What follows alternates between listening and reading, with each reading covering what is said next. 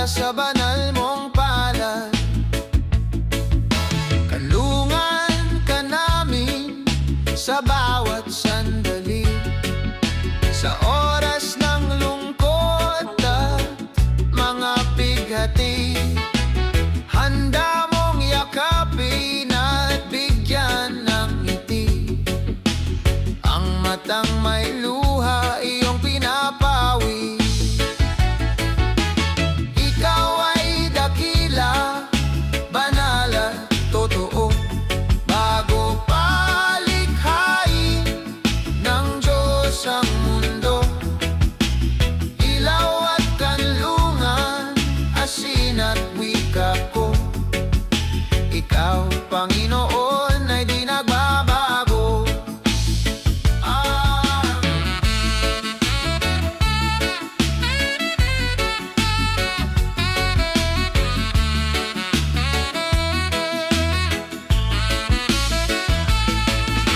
Asin ang daigdig, ang nais kong buhay, pagkat ang aral mo ay palaging gabay.